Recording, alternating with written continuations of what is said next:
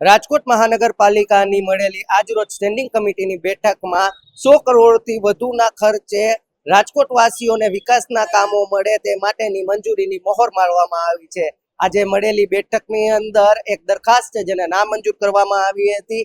લાખાજી રાજ શાક માર્કેટ છે તેના રિનોવેશનને લઈને વધુ ખર્ચ જણાતા તેને હાલ નામંજૂર કરવામાં આવી છે. રિનોવેશનમાં જેટલો જરૂરિયાત હોય એ બાબતનો જ ખર્ચ પુનઃ રિવાઇઝ કરી અને ત્યારબાદ દરખાસ્તમાં લેવા આવશે ત્યારે તેને મંજૂર કરવામાં આવશે. ત્યારે હવે કેટલા કરોડો રૂપિયા છે કે જે વિકાસ કામોના ક્યાં ક્યાં કેની પાછળ વપરાશે, આવો સાંભળીએ શું કહ્યું છે ચેરમેન પરેશભાઈ પીપળિયાએ.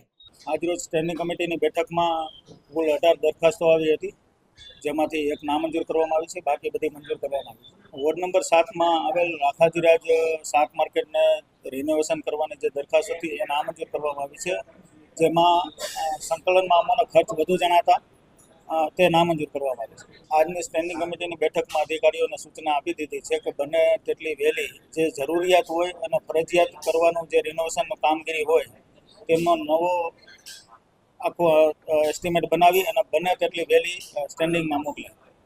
આજે જે દરખાસ્તો આવી હતી કુલ 113 કરોડના કામો હતા, જેમાંથી એક 5 કરોડનું લાખાજીરાજ શાક માર્કેટવાળું કામ છે તે નામંજૂર કરવામાં આવ્યું છે.